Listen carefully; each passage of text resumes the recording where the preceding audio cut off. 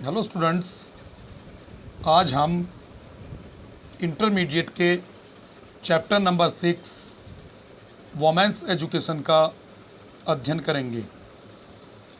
Women's education स्त्री शिक्षा या महिलाओं की शिक्षा, इस लेसन को डॉक्टर सर्वपल्ली राधाकृष्णन ने लिखा था और ये लेसन या ये एस्से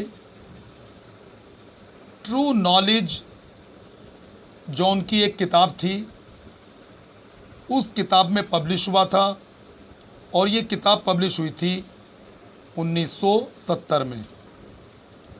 तो इस लेसन के अंदर जो डिस्क्रिप्शन है वो आज से 50 साल पहले का है। Doctor S Radhakrishnan is a very popular name in India.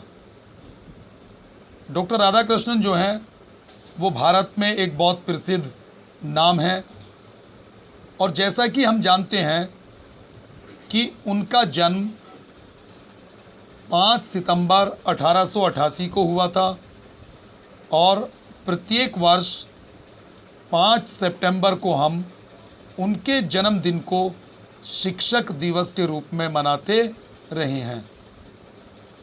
So students,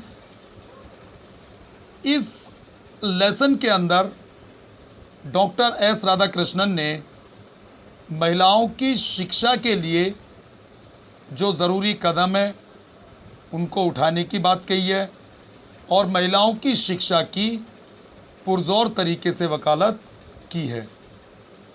So students, let's study women's education.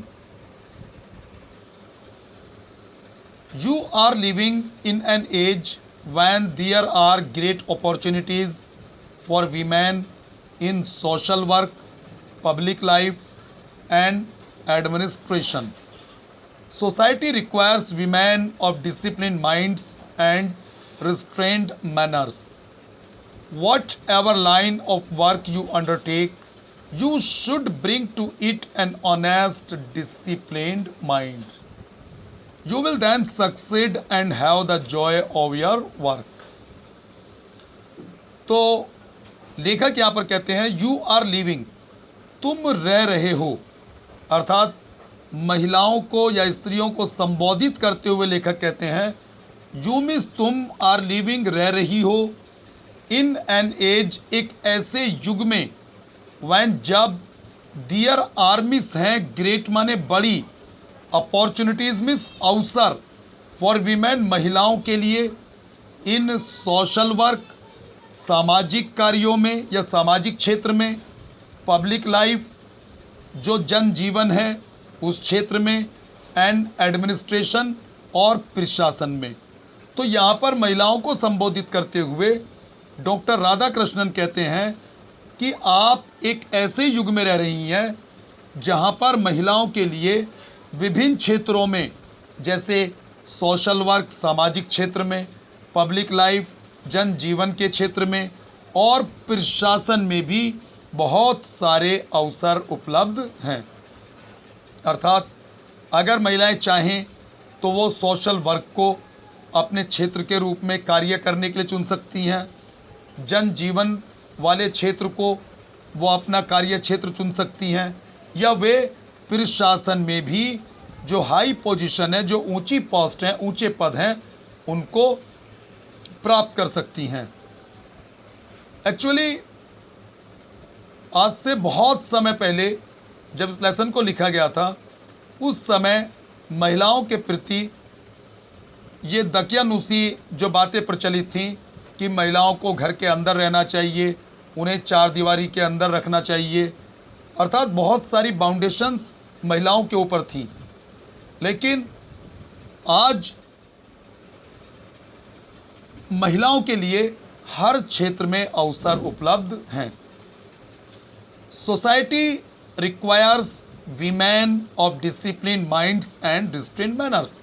अब आगे लेखक कहते हैं सोसाइटी भी समाज को रिक्वायर्स मीन्स ज़रूरत है, वीमेन मीन्स महिलाओं की, और डिसिप्लिन, डिसिप्लिन मीन्स अनुशासित, माइंड्स मीन्स मस्तिष्कों वाली, एंड मीन्स और रिस्ट्रेंट कहते हैं कंट्रोल्ड यानी नियंत्रित, मैनर्स मीन्स आचरण या व्यवहार। समाज को अनुशासित मस्तिष्कों और संयमी आचरण वाली महिलाओं की ज़रूरत है। वट एवर मीन्स जो भी, लाइन मीन्स क्षेत्र, ऑफ वर्क कार्य का, जो मीन्स तुम, अंडरटेक मीन्स चुनो, बीड़ा उठाओ या अपने हाथ में लो। अब लेखक कहते हैं कि तुम जिस कार्य क्षेत्र को भी चुनो या काम की जौन से भी क्षेत्र को आप चुने या कार्य को अपने हाथ में लें, you should bring to it an honest discipline mind, तुम्हें इसे ईमानदार और अनुशासित मस्तिष्क के साथ करना चाहिए।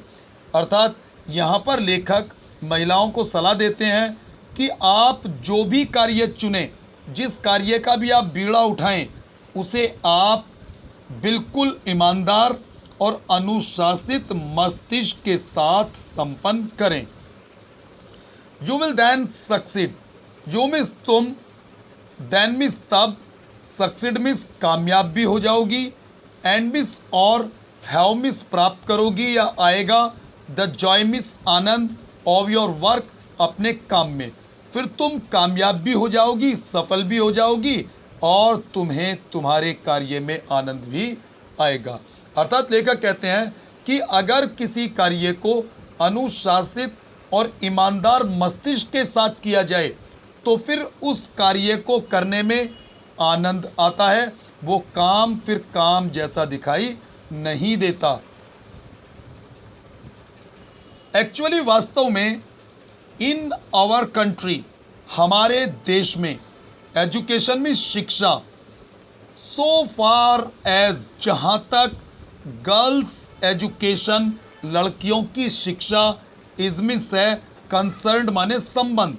तो लेखक यहाँ पर कहते हैं वास्तव में हमारे देश में शिक्षा, अर्थात पहले तो लेखक ने यही कहा है कि संपूर्ण शिक्षा, लेकिन फिर इसमें आगे कहा और जहाँ तक लड़कियों की शिक्षा का संबंध है, is not wide spread enough, is means है, नॉट मिस नहीं, वाइड स्प्रेड माने फैली हुई, एनफ मिस पर्याप्त। तो लेखक यहाँ पर कहते हैं कि वास्तव में हमारे देश में शिक्षा, यानी पहले तो संपूर्ण शिक्षा ही वाइड स्प्रेड नहीं है, फैली हुई नहीं है, लेकिन आगे इसमें उन्होंने विशेष जोर इस बात पर दिया कि जहाँ तक लड़कियों की शिक्षा का सवाल है या लड़कियों की शिक्षा का संबंध है, ये पर्याप्त रूप से फैली हुई नहीं है। सो इसीलिए एवरी इंस्टीट्यूशन, हर एक संस्थान, विच में जो कि कंट्रीब्यूट्स माने योगदान देता है, टू द एजुकेशन शिक्षा के लिए, ऑफ गर्ल्स लड़कियों की, इज मिस है, वर्दी मिस योग्य, रिकॉग्निशन कहते हैं मान्यता या स्पेशल नोटिस विशेष ध्यान देने योग्य, एंड मिस और इनकरेजमेंट मिस प्रोत्साहन। इसलिए हर एक संस्थान जो लड़कियों की शिक्षा में योगदान देता है उसे विशेष ध्यान दिया जाना चाहिए उसकी तरफ, और उसे प्रोत्साहन भी दिया जाना चाहिए। बट लेकिन आई मिस, मैं, एम मिस हूँ, एंजाइयस मिस चिंतित, लेकिन मैं चिंतित हूँ, दैट मिस की, द काइंड मिस जिस प्रकार की, एजुकेशन मिस शिक्षा, दैट मिस जो कि, इज मिस है, इम्पार्टेड मिस प्रदान की जानी या दी जानी है, must not only be broad, must means चाहिए, नॉट ओनली न केवल, ब्रॉड मिस विस्तृत, बट बल्कि, ऑल्सो मिस भी, डीप मिस गहन। तो लेखक आगे कहते हैं कि मैं चिंतित इस बात को लेकर हूँ कि जिस प्रकार की शिक्षा महिलाओं को प्रदान की जानी है वो न केवल विस्तृत हो बल्कि उसमें गहनता भी होनी चाहिए। अर्थात लेखक चाहते हैं कि जो शिक्षा हमारे स्कूल्स में, कॉलेजेस में, संस्थानों में प्रदान की जा रही है वो शिक्षा विस्तृत तो होनी ही चाहिए, लेकिन विस्तृत होने के साथ साथ उस शिक्षा में गहनता होनी चाहिए। अर्थात गहनता से यहाँ पर लेखक का मतलब ये है कि हमारी शिक्षा जो है वो चिंतनशील होनी चाहिए। अर्थात शिक्षा ऐसी होनी चाहिए जो हमें इस संसार के रहस्यों को समझने में सहायता करे। अर्थात हमें केवल किताबी ज्ञान या केवल कौशल ही हासिल नहीं करना है किसी कार्य को करने के लिए, बल्कि हमारी शिक्षा ऐसी होनी चाहिए जो हमें चिंतनशील बनाए और हमें सही गलत का भेद भी बतलाए और इस जीवन के रहस्यों को समझने में भी हमारी मदद करे। तो गहनता से यहाँ पर मतलब है जीवन के रहस्यों को समझने में मदद करने वाली होनी चाहिए। वी मिस हम आर लेकिंग कमी है इन डेप्थ माने गहराई की, अर्थात चिंतनशीलता की। तो लेखक आगे कहते हैं we are lacking in depth, हमारी शिक्षा में गहनता की कमी है अर्थात चिंतनशीलता की कमी है। वी मिस हम में मिस सकते हैं, बिकम मिस बनना, लर्निड मिस विद्वान या ज्ञानी, एंड मिस और स्किल्ड माने कुशल। हम विद्वान और कुशल तो बन सकते हैं, बट लेकिन इफ मिस यदि, वी मिस हम, डू नॉट मिस नहीं, हैव मिस रखते हैं, सम काइंड एक प्रकार का, पर्पज मिस लक्ष्य या उद्देश्य, इन आवर लाइफ अपने जीवन में। लेकिन अगर हमारे जीवन में किसी प्रकार का कोई लक्ष्य नहीं है, अगर हमारे जीवन का कोई मकसद नहीं है, तो आवर लाइव्स हमारा जीवन देमसेल्व्स मिस स्वयं में, बिकम मिस बन जाएगा, ब्लाइंड मिस अंधकारपूर्ण, ब्लंडरिंग त्रुटिपूर्ण, एंड बिटर और कड़वाहट से भरा हुआ। तो लेखक आगे कहते हैं कि शिक्षा ऐसी होनी चाहिए जो हमें एक लक्ष्य प्रदान करे। और आगे लेखक कहते हैं कि अगर हमारे जीवन में कोई लक्ष्य नहीं है तो फिर हमारा जीवन वो त्रुटिपूर्ण, कड़वाहट से भरा हुआ और अंधकार में हो जाएगा।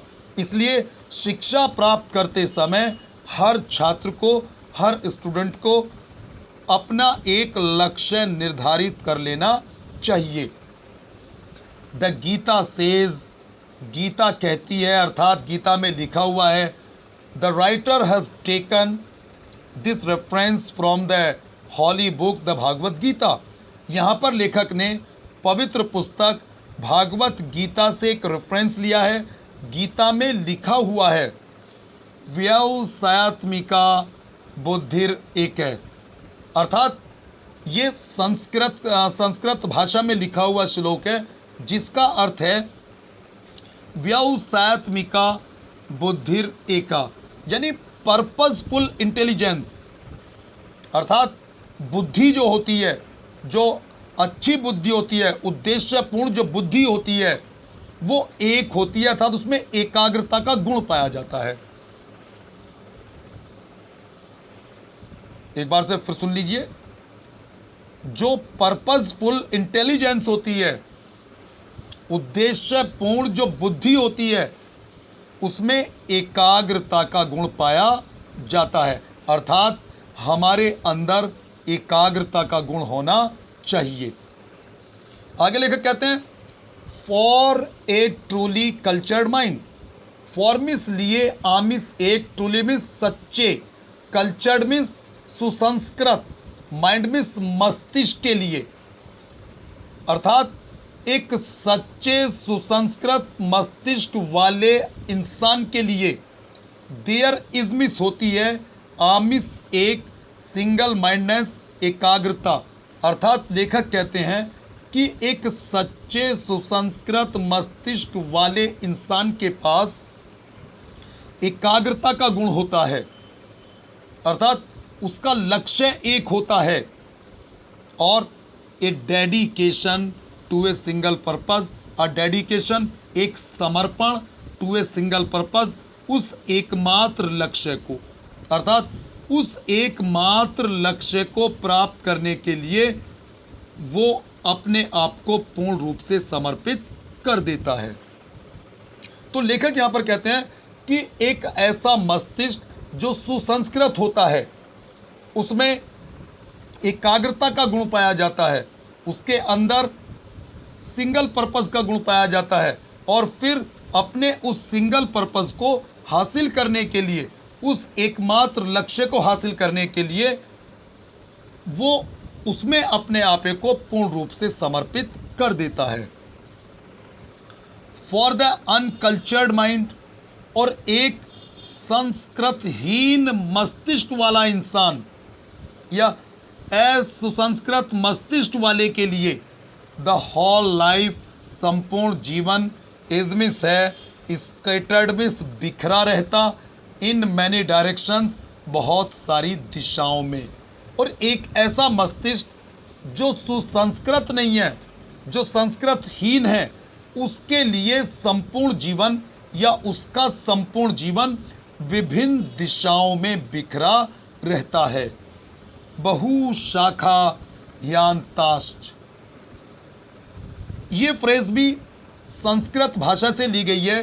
बहुशाखा ह्यांताश्च का अर्थ होता है मल्टीपल पर्पस, यानी बहुत सारे उद्देश्य रखने वाला इंसान। आप ये कह सकते हैं कि जो इंसान बहुत सारे उद्देश्य एक साथ रखता है, वो किसी भी उद्देश्य को हासिल नहीं कर पाता है।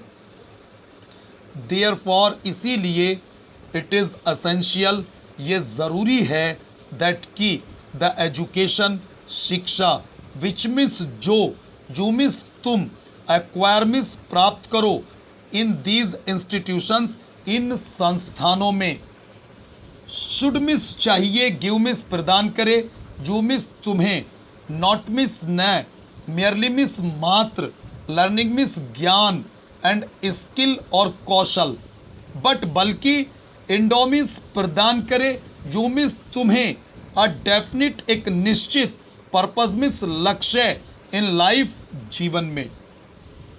तो लेखक यहां पर कहते हैं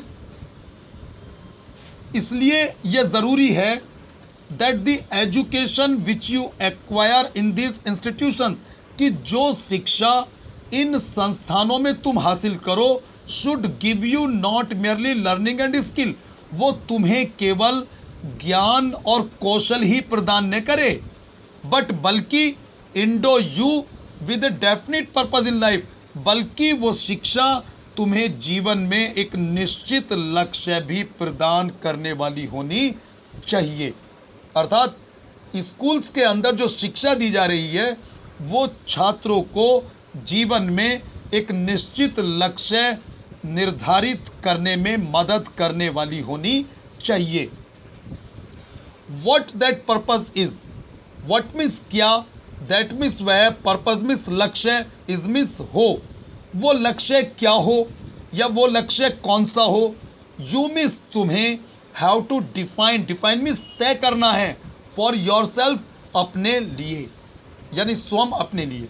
अर्थात लेखक कहते हैं कि वो लक्ष्य क्या हो, वो लक्ष्य कौन सा हो, ये तुम्हें अपने हिसाब से, अपनी ज़रूरतों के हिसाब से, ये तुम्हें खुद तय करना है। अर्थात कोई स्टूडेंट, कोई छात्र अपने जीवन में क्या बनना चाहता है, ये डिसाइड करने का, ये तय करने का फैसला उसे स्वयं को लेना चाहिए। अर्थात किसी भी छात्र के ऊपर कि उसे जीवन में क्या करना है, ये चीज़ें उसके ऊपर थोपी नहीं जानी चाहिए। इट इज़ सैड, यह कहा जाता है, दैट की विद्या मिस विद्या, गिव्स माने प्रदान करती है, जो मिस तुम्हें, विवेक मिस विवेक, ये कहा जाता है कि विद्या तुम्हें विवेक प्रदान करती है। अब ये विवेक क्या होता है? विवेक को हम कह सकते हैं एक ऐसी तर्क शक्ति जो किसी इंसान को सही और गलत में भेद करना सिखाती है। तो विद्या किसी भी इंसान को विवेक प्रदान करती है, अर्थात उसे सही और गलत में चुनाव करने की सूझबूझ प्रदान करती है। विमर्श रूपणी विद्या gives you a sense of what. विमर्श रूपणी विद्या, ये भी संस्कृत भाषा का लिया हुआ फ्रेज है। विमर्श रूपणी विद्या का यहाँ पर अर्थ है एनालिटिकल नॉलेज, यानी विश्लेषणात्मक ज्ञान, अर्थात किसी चीज़ को पार्ट्स में करके उसका अध्ययन करना, अर्थात किसी चीज़ का संपूर्ण अध्ययन। तो विश्लेषणात्मक ज्ञान गिव्स मीन्स प्रदान करता है, यू मीन्स तुम्हें अ सेंस एक सूझबूझ या एक समझ ऑफ व्हाट इज राइट, जो सही है। अर्थात विश्लेषणात्मक ज्ञान किसी भी इंसान को सही के बारे में, विश्लेषणात्मक ज्ञान किसी भी इंसान को कि कौन चीज़ सही है ये फैसला करने के लिए सूझबूझ प्रदान करता है। एंड हेल्प्स, और मदद करता है, यू मीन्स तुम्हारी, टू अवॉइड मीन्स बचने में, व्हाट इज़ रॉन्ग जो कि गलत है, और गलत कार्यों से बचने में मदद करती है। अर्थात विमर्श रूपणी विद्या जो होती है, एनालिटिकल नॉलेज जो होती है, वो किसी भी इंसान को सही की पहचान कराती है और उसे गलत कार्यों से, गलत चीज़ों से बचने में मदद करती है।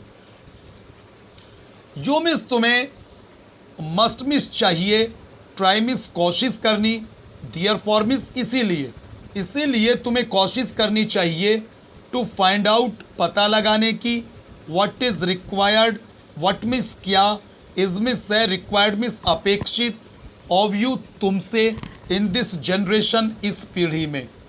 इसलिए तुम्हें कोशिश करनी चाहिए ये पता लगाने की कि वर्तमान पीढ़ी को, जो वर्तमान जनरेशन है, जो वर्तमान पीढ़ी चल रही है, उस वो आपसे क्या अपेक्षा रखती है या उस पीढ़ी को आपसे क्या अपेक्षाएं हैं। अ पर्पज, एक लक्ष्य, विच हेल्ड गुड, जो अच्छा समझा जाता था, सेंचुरीज एगो, शताब्दियों पहले। एक लक्ष्य जो शताब्दियों पहले अच्छा था, may not hold good today, वो आज अच्छा हो, आज अच्छा नहीं भी हो सकता है।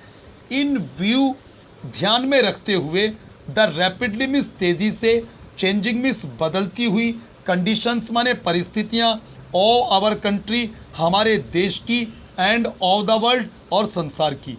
अब लेखक आगे कहते हैं कि हमारे देश और संसार की तेज़ी से बदलती हुई परिस्थितियों के संदर्भ में, या हमारे देश और संसार की तेज़ी से बदलती हुई परिस्थितियों को ध्यान में रखते हुए, जो लक्ष्य सैकड़ों बरस पहले अच्छा था, वो आज अच्छा नहीं भी हो सकता है। अर्थात लेखक कहना चाहते हैं, change is the law of nature, परिवर्तन प्रकृति का नियम है। द वर्ल्ड चेंजेस, संसार बदलता रहता है। तो जो चीज़ें सैकड़ों बरस पहले हमारे देश और संसार के लिए अच्छी थी, वो आज भी हमारे देश और संसार के लिए अच्छी हों, ये ज़रूरी नहीं है। इसीलिए द पर्पज मीन्स लक्ष्य, विच मीन्स जो, यू मीन्स तुम, एडॉप्ट मीन्स अपनाओ या धारण करो, इन योर लाइफ, अपने जीवन में।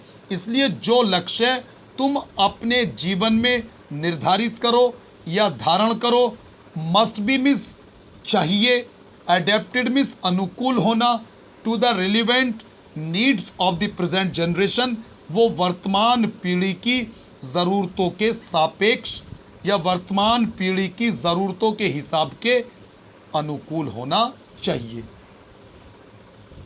अर्थात जो भी आप बनना चाह रहे हैं, जो लक्ष्य आपने अपने लिए निर्धारित किया है, वो वर्तमान संसार की ज़रूरतों के अनुकूल होना चाहिए। एवरी टाइम, हर एक बार, वी स्टार्ट, जब भी हम शुरू करते हैं, अर्थात लेखक कहते हैं कि जब कभी भी हम किसी कार्य को शुरू करते हैं, वी मिस हम यूज मिस प्रयोग करते हैं अवर ह्यूमन्स अपने भजनों को।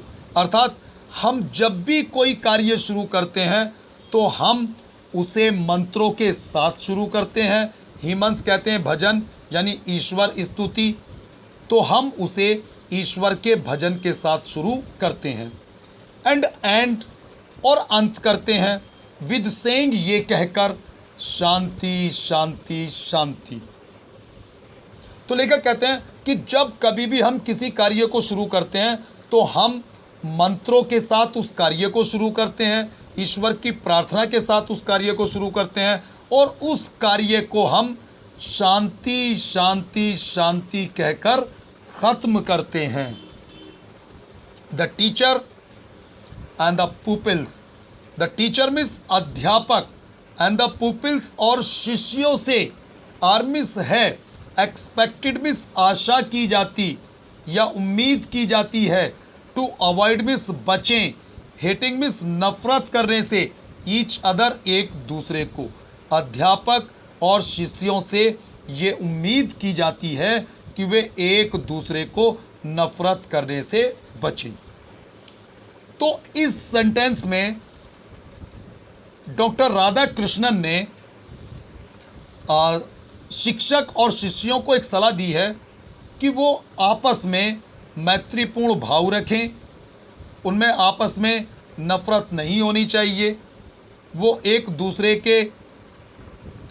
की समस्याओं, एक दूसरे के जो तौर तरीके हैं उन्हें समझने का प्रयास करें, एक दूसरे को नफरत करने से बचें।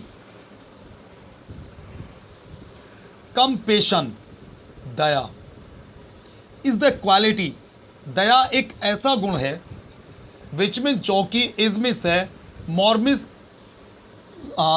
अधिक या बहुत अधिक, करेक्टरिस्टिक माने विशेषता, ऑफ वीमेन महिलाओं की, देन ऑफ मैन पुरुषों की अपेक्षा। अब लेखक कहते हैं दया एक ऐसा गुण है जो पुरुषों की अपेक्षा महिलाओं में अधिक पाया जाता है। लेखक कहते हैं कि दया एक ऐसा गुण है जो पुरुषों से ज़्यादा वो महिलाओं में पाया जाता है। लेकिन यहाँ पर इसका मतलब ये नहीं हुआ कि पुरुषों के अंदर दया नहीं होती, पुरुषों के अंदर भी दया भाव होता है, लेकिन पुरुषों की अपेक्षा दया भाव वाला ये गुण जो है महिलाओं में कुछ ज़्यादा पाया जाता है। आई मिस मैंने रीड मिस पढ़ी थी रिसेंटली, हाल फिलहाल में, अ बुक एक किताब, मैंने हाल फिलहाल में किताब पढ़ी थी, विच में जो कि स्पीक्स अबाउट, जो कहती थी या जिसमें लिखा था, अबाउट मीन्स बारे में, द डिक्लाइन मीन्स हिरास के बारे में या पतन के बारे में, ऑफ वोमेनहुड स्त्रीत्व के।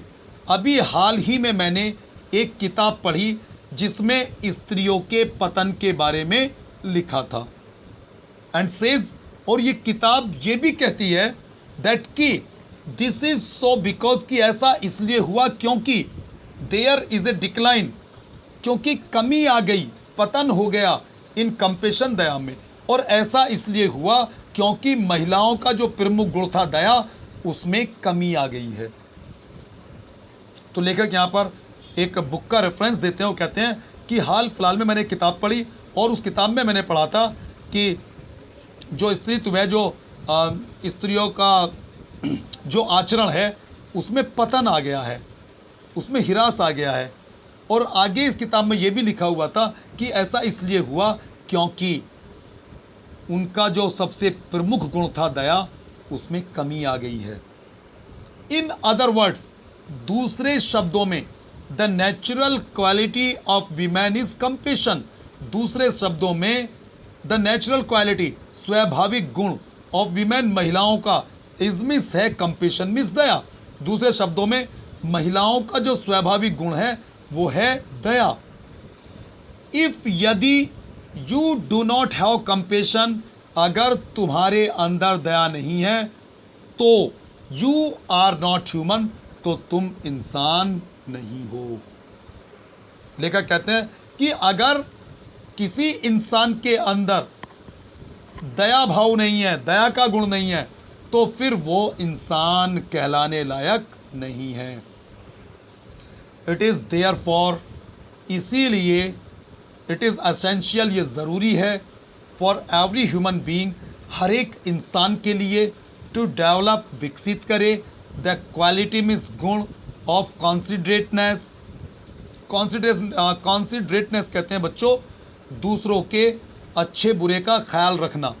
Kindness means Daya and compassion और सहानुभूति। इसलिए ये ज़रूरी है हर एक इंसान के लिए कि वो अपने अंदर दया, सहानुभूति और दूसरों के अच्छे बुरे का ख्याल रखने वाले गुण को अपने अंदर विकसित करे। विदाउट दीज क्वालिटीज, इन गुणों के बिना, we are only human animals, नर पशु, इन गुणों के बिना हम केवल नर पशु हैं, नॉर मोर देन दैट, और इससे ज़्यादा कुछ भी नहीं। थैंक्स।